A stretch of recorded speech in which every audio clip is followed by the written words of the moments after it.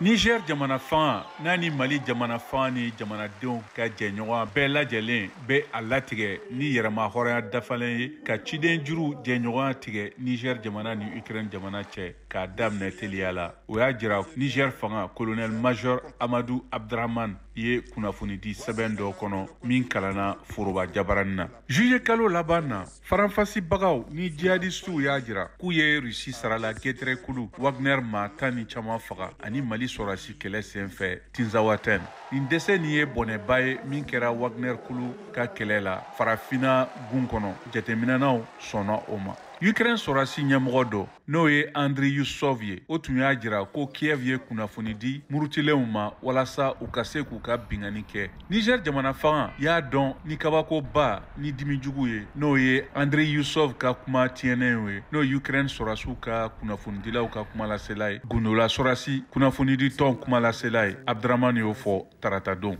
Wa minnu lebu ka bon kosɛbɛ Ukraine jamana lasigiden min bɛ Senegal Yuri Pivovarov n'o ye dɛmɛ ye min tɛ sigasiga ka ɲɛsi dansagowale kuluw ka jɛkulu ma n'olu bɛ bingani jugu ni waraya min kɛra Tinzawatène Mali sɔrɔsiw kama. A y'o fɔ ka taa fɛ ni fanga ye ka bingani wale barikama jalaki min kɔrɔ ye ka dɛmɛ don diɲɛ kɔnɔ jatigɛwalebagaw ma a ka fɔ la. Mali tun o fɔlen kɔfɛ y'a jira ko ani Ukraine cɛsiraw tigɛra.